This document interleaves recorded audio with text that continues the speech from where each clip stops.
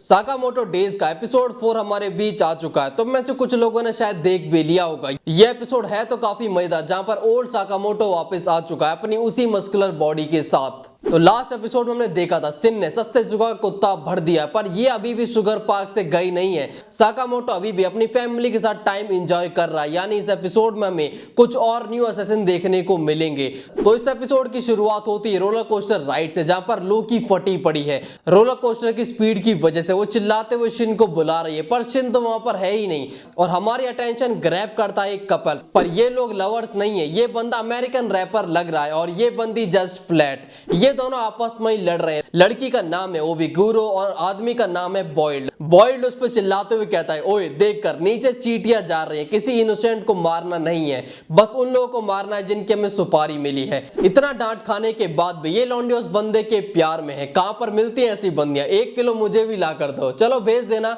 बाकी हम आगे बढ़ते हैं। लास्ट एपिसोड में जिस तरह से सस्ते इसुका ने शिन को टेम्पररी ब्लाइंड कर दिया था, अब लू उसकी आंखों में आई ड्रॉप डाल रही है, जो एक एंटीडोट है उसी पॉइजन का। और अपने सस्ते इसुका को साइड में उन्होंने आलू की बोरी की तरह रखा हुआ है। साकामोटो उससे पूछता है कि तुझे किसने हायर किया था, पर वो बोलता नहीं है।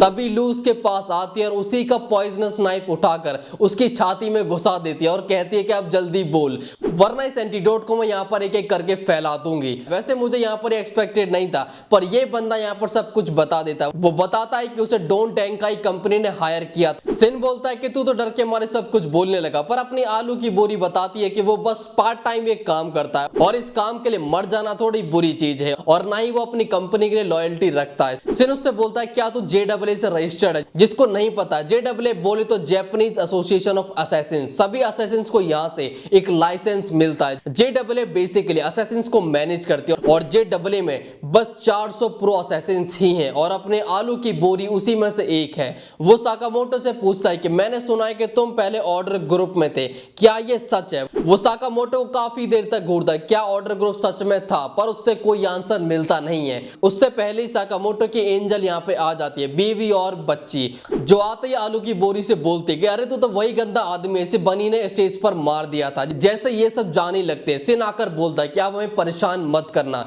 ये सुनने के बाद आलू की बोरी हैरान हो जाता है कि तुम मुझे मारोगे नहीं, जिस पे सिन कहता है कि बिल्कुल भी नहीं, हम यहाँ पर अम्यूजमेंट पार्क में एंजॉय करने आए और हम वही करेंगे, सो यहाँ से निकल जाओ।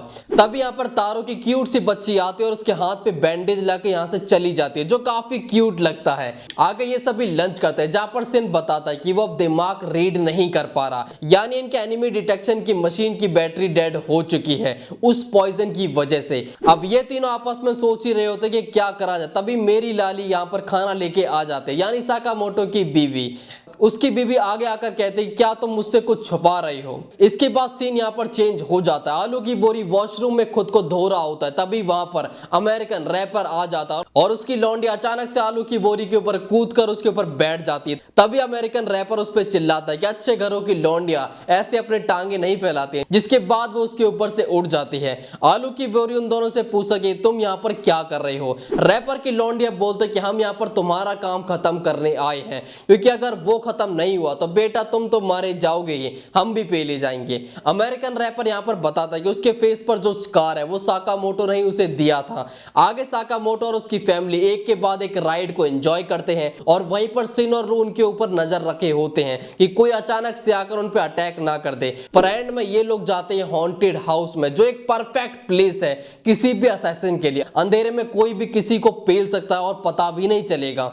इस हॉन्टेड हाउस में रैपर और उसकी लौंडियां भी आ चुकी हैं। साकामोटो एंड ग्रुप आगे बढ़ ही रहे होते हैं, तभी एक आदमी उनके ऊपर अटैक करता है, जिस पे साकामोटो एक सेकंड में इतने रैप्टे मारता है कि उसके बुंड का तीतर खुद सुसाइड कर लेता है। इस पूरे टाइम पर अमेरिकन रैपर और उसकी लौंडिया कैमरास के तुरंत के ऊपर नजर रखे हुए हैं। इसी बीच बॉइल्ड अपने कुछ पुरानी यादें याद करता है हिटमैन ट्रेनिंग के टाइम पे, जहां पर बॉइल्ड और साकामोटो मिले थे, जिसके बाद ट्रेनिंग और मिशन और रेस्ट टाइम पर वो एक साथ ही स्पेंड करते थे। उस टाइम पर साकामोटो लेडीज के बीच में काफी पॉपुलर था। साकामोटो और बॉइल्ड ने काफी टाइम एक साथ बिताया था, बट साकामोटो ने इस पूरे टाइम पर उस पर ध्यान ही नहीं दिया। ये एक तरफा दोस्ती थी बस, और यही चीज बॉइल्ड को काफी बुरी बुरी लगी थी।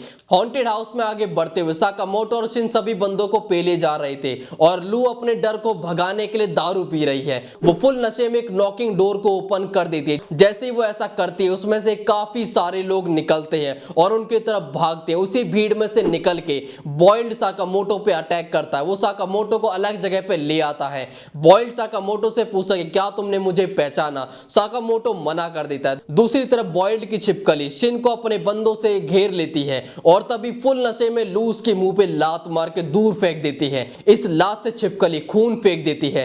पर बैक टू साकामोटो जहां पर ज्यादा मजे आ रहे हैं। साकामोटो और बॉइल्ड दोनों की बैटल काफी बढ़िया चल रही है। साकामोटो बॉइल्ड पे अटैक नहीं कर पा रहा क्योंकि वो छोटे छोटे बाउंसी बॉम्ब्स का यूज कर रहा है जो साकामोटो पे टकराने के बाद फट जाते हैं। वहीं दूसरी तरफ छिपकली के लोग शिन को बांध देते हैं और छिपकली यहां पर एक गेम खेल रही है कि अगर हर 10 सेकंड में लू ने उसको हिट नहीं करा तो उसके बंदे शिन की बॉडी को छोटे छोटे टुकड़ों में काट देंगे, जिसको सुनने के बाद लू रोने लगती है कि वो ऐसा नहीं कर पाएगी। वहीं दूसरी तरफ साकामोटो से बॉइल्ड कहता है कि तुम्हें रिटायर हुए पूरे 5 साल हो चुके हैं, क्या तुम समझे साकामोटो 5 साल क्या होते हैं। तभी हम देखते हैं साकामोटो नीचे जमीन पे लेटा हुआ है और उसमें से धुआं निकल रहा है लाइक वो रोस्ट हो चुका है। But that's not right. Sakamoto फिर उठता है पर एक बार फिर बॉइल्ड उसे फिर से नीचे गिरा देता है अपने बॉम्ब्स की हेल्प से। नीचे गिरे हुए साकामोटो को याद आता है कि बॉइल्ड है कौन।